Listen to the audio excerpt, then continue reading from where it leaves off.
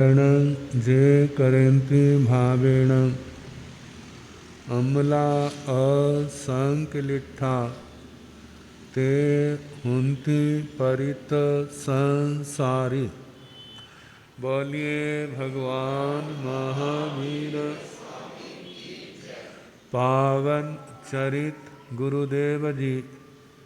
बंधु मन वच काय भव सागर को तरण में करो हमारी सहाय। जिन शासन जिन वाणी सदा जयवंत हो, श्रवण संग सदा अविचल मंगल हो। मुक्ति को प्राप्त श्रमण भगवान महावीर स्वामी, उनकी परम पावन कल्याणी भागवती वाणी वाचक प्रमुख श्री इंद्रभूति गौतम आदि गणधर भगवंत, योग प्रधानाचार्य परम पूज्य श्री सुधर्मा स्वामी जी महाराज, उनकी परम पावन पाठ परंपरा, वर्तमान आचार्य ध्यान योगी परम पूज्य श्री शिव मुनि जी महाराज एवं गुरुजन सबके पावन चरण सरोजों में मेरा अनंत अनंत बार वंदना नमस्कार। उपस्थित धर्म प्रेमी सज्जनों, माताओं तथा बहनों, 9 तत्व, उनमें संबर तत्व और उसमें भी परिसहों का वर्णन। कल 12वां परिसह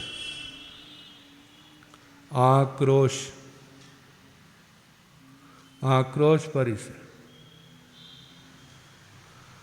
साधु की जीवनचर्या बिहार वाली। बिहारों में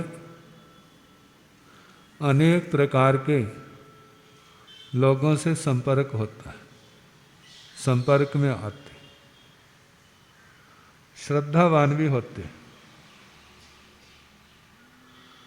और बिना श्रद्धा के भी होते।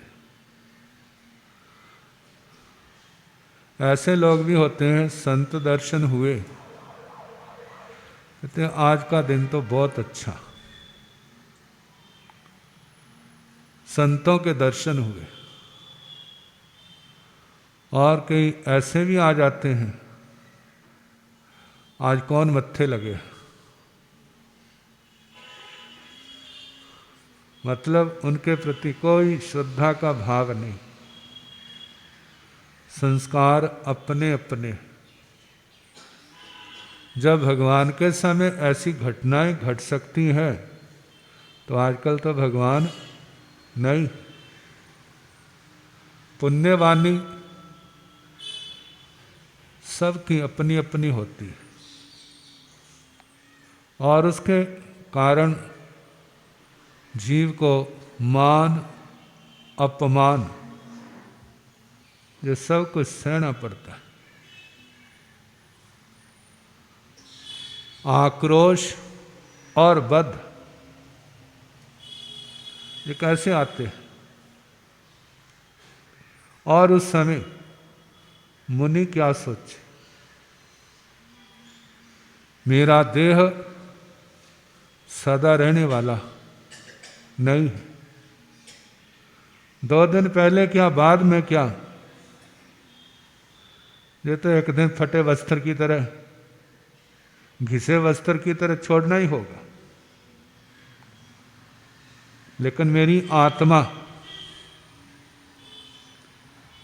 वो तो अजन्मा है, वह मरण धर्मा नहीं।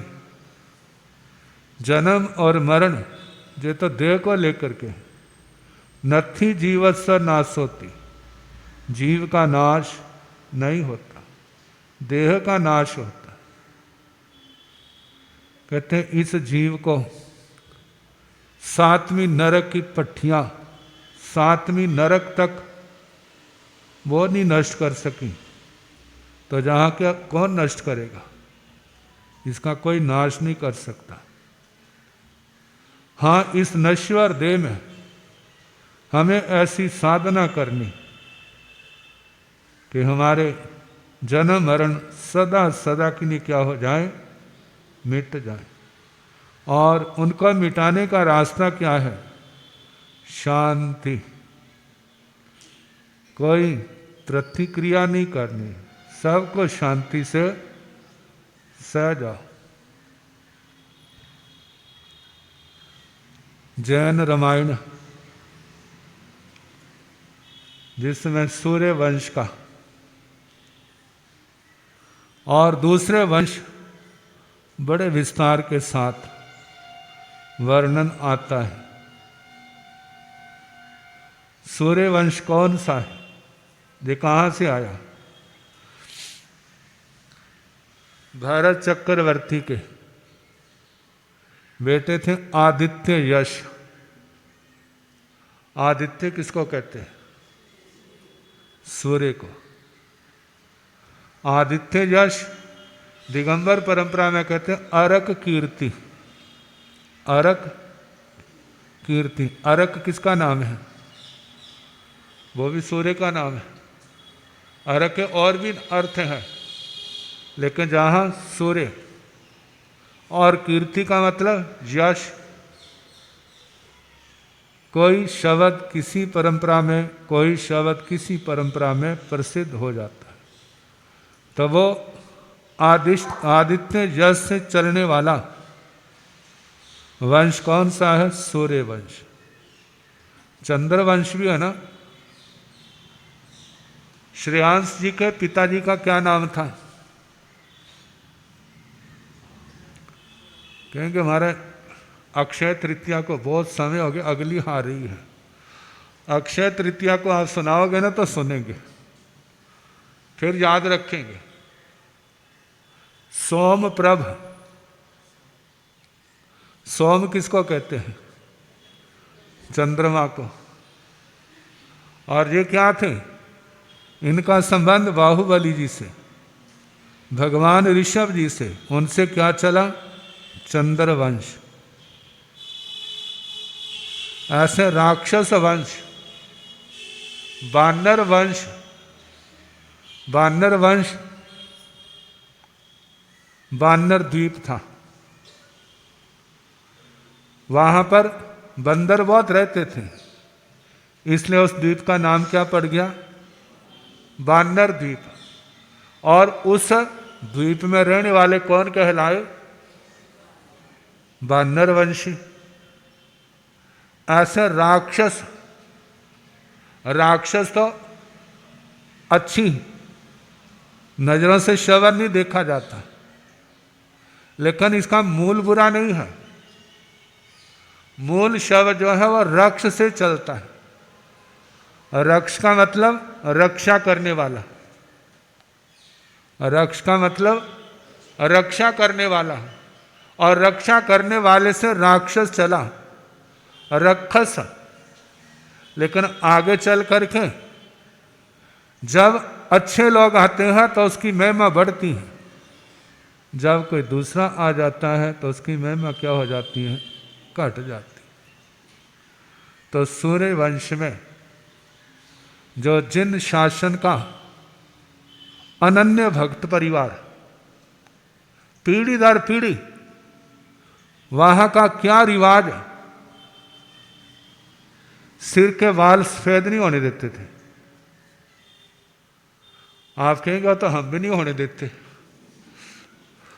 सिर के बाल सफेद तो आज हम भी नहीं होने देते, लेकिन आपके और उनमें बड़ा अंतर है।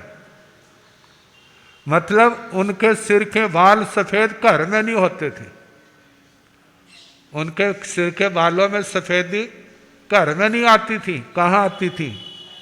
इन धोले कपड़ों में आती थी। मतलब लंबी लंबी आयु। जैसे उत्तराधिकारी आया, उसको जिम्मेवार हुआ, उसको राज तिलक किया, क्या हो गए? दीक्षा ले ली। सुनते ना कई बार, राजा रानी बैठे थे तो राजा के सिर पर कंघी लगा रही थी। कौन? रानी। उसने क्या देखा? सफेद बाल। कहते महाराज एक राजदूत आया है। कौन आया है? राजदूत आया है। तो राजा चारों ओर देखने लगा। कहते रानी मेरे को तो नहीं दिख रहा, तेरे को कोई दृष्टि पैदा हो गई है? क्योंकि पवित्र आत्माओं की दृष्टि पैदा हो जाए कोई अद्भुत नहीं, आश्चर्य नहीं है। कहते नहीं महाराज, दृष्टि तो आप जैसी ही है, लेकिन एक दिख रहा है। कहते कहाँ है? उन्होंने सिर का बाल वो सफेद उखाड़ करके राजा के हाथ में रख दिया। जब राजा के हाथ में रखा, राजा ने देखा, एकदम विचार में पड़ गया। कहते धिक्कार है मेरे को, मेरे वंशजों ने घर के अंदर सिर के ऊपर सफेद बाल नहीं आने दिया, लेकिन मेरे आ गया। उसी समय बच्चे को बुलाया, राज तिलक किया और दीक्षा के लिए चल पड़े। ऐसे पीढ़ी दर पीढ़ी क्या परंपरा थी, जैसे योग्य उत्तराधिकारी आया, राज तिलक किया और संयम का मार्ग अपना लिया। कहते हैं भगवान ऋषभ के असंख्यात पीढ़ी तक क्या चला है? केवल ज्ञान चला। और उनके परिवार में भी पहले कितने लोग, लाखों लोग मोक्ष में गए, फिर एक 26 में देवलोक में गया, फिर कितने मोक्ष में गए उत्तराधिकारी, फिर एक 26 में देवलोक में गया। ऐसे प्राचीन कितने समय तक चला। और उस वंश में भी एक ने कीर्तिधर राजा, उनके जो पिताजी थे उन्होंने दीक्षा ली थी। जब इन्होंने सुना उनका प्रवचन, इनको भी विराग आया। मंत्री को कहा मैं दीक्षा लूंगा। कहते आपका उत्तराधिकारी, कहते आ गया है। कहते कहाँ पर है? कहाँ पर है? कहते अभी तो माता के गर्भ में है। कहाँ है?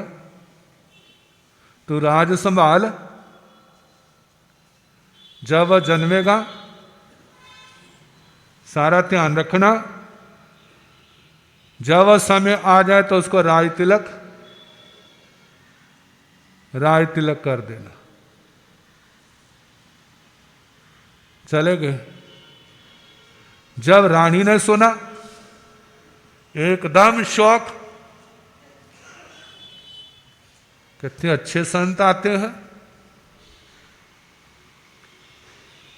हमारे राजाओं को। कहते हम ही सुरक्षित नहीं तो जनता का क्या कहा जाएगा। राजगद्दी संभालते सारी आदेश दे दिया, कोई जैन संत इस राज्य के अंदर नहीं आएगा। और उसके बाद जन्म हुआ बच्चे का, पढ़ना लिखना योग्य बनाना, समय बीत रहा है। कभी वह राज ऋषि भ्रमण करते करते उसी राज्य में आ गए, उसी नगर में आ गए। जब रानी को पता चला, कहते अब मेरे बेटे को, कहते पुटने के लिए आ गए। पहले तो खुद गए, अब क्या करेंगे? मेरे बेटे को ले जाएंगे। अपने कर्मचारियों से धक्के दिला करके नगर से बाहर निकाल दिया। कहते जहां नहीं आना। अब जो उसकी धाय माता थी उसने सुना, बड़ा दुख हुआ। उसके बच्चे का नाम रखा था कौशल। जब उसके पास आई तो वो रोने लग पड़ी। कहने लगा क्या बात, पहले तो बताया नहीं, जब आग्रह किया तो क्या कर दिया, बता दिया। कि तेज कहाँ है? चल पड़े उसी ओर। ढूंढते ढूंढते राज ऋषि के चरणों में पहुंचे। कहते मेरे को अकेले छोड़ना आपको उचित है? मेरे को छोड़ गए, क्या आपको शोभा देता है? मैं भी आपके साथ चलूंगा। मानो कह रहे तेरे को लेने तो आया था, ते सारे धक्के किसके वास्ते खाए हैं? तेरे वास्ते ही किया है। जैसे श्री सुदर्शन लाल जी महाराज के संबंध में कहा जाता है ना, जब उनके बाबा जी ने दीक्षा ली तो पोता आके कहने लगा बाबा आपने दीक्षा ले ली? कहते बेटा तेरा रास्ता साफ करने के लिए। क्या करने के लिए? तेरा रास्ता साफ करने के लिए मैंने दीक्षा ली है, ताकि तेरे रास्ते में रुकावट। क्यों? मैं बुजुर्ग हो गया हूं। अब बेटे अब पे सोचेंगे, अब तू कहेगा मैंने दीक्षा ले ली है, कहते जा ले ले बाबा की सेवा कर, रास्ता साफ हो गया। ऐसे वो भी एक दिन आया, दीक्षा हो गई। जब मां ने सुना, इतना धक्का लगा। कहते मोह का सिर पर भूत सवार। कहते घर वाला तो क्या, बेटा भी चला गया। उसने आत्महत्या कर ली। कहते देखो कैसा वंश, मोह ने कैसा प्रभाव डाला। दुनिया कैसी लगती है, मोह के कारण मिठी लगती है। जब मोह उतर जाता है तो कैसी लगती है, खारी। कहते जिसको सांप ने काटा हो, यदि उसको नीम के पत्ते खिलाएं तो कैसे लगते हैं? नीम के पत्ते उसको मीठे लगते हैं। और जिस समय उसको कड़वे लगने लग जाए तो क्या समझना, जहर खत्म हो गया। ऐसे ही जब तक इस आत्मा को संसार मीठा लगता है तो इसका मतलब मोह रूपी सांप का जहर प्रभाव कर रहा है। और जिस समय जे संसार के काम भोग कड़वे लगने लग जाए, और उस समय क्या लगता है, क्या समझना, अब जहर उतर गया, काल कर गई। आवेश, मोह शरीर को छोड़ने के बाद एक बाघगण, जानते हैं ना, बाघ योनि में पैदा हो, नया जीवन शुरू हो गया। और उधर दोनों मुनिराज बहुश्रुत हुए, तपस्या कर रहे हैं। मास मास खमन, 2-2 महीने, 4-4 महीने समय निकल रहा है। एक बार दोनों बाप बेटे चौमासा भर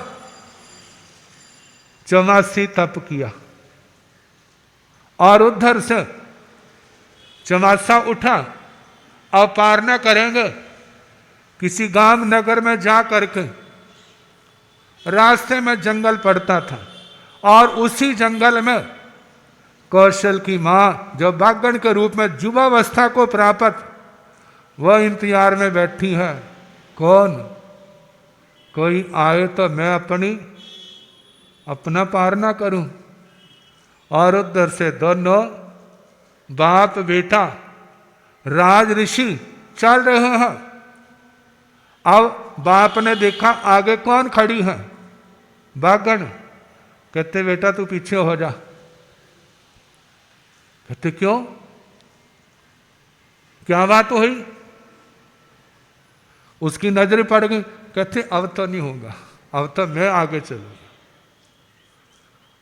अब आ रहे हैं और उधर से उसने देख लिया, वह तैयारी कर रही है। क्या करना है? जंप लगाना है और इनको पकड़ना है। अब वो कैसे जंप लगाती है, कैसे पकड़ती, कल देखिए।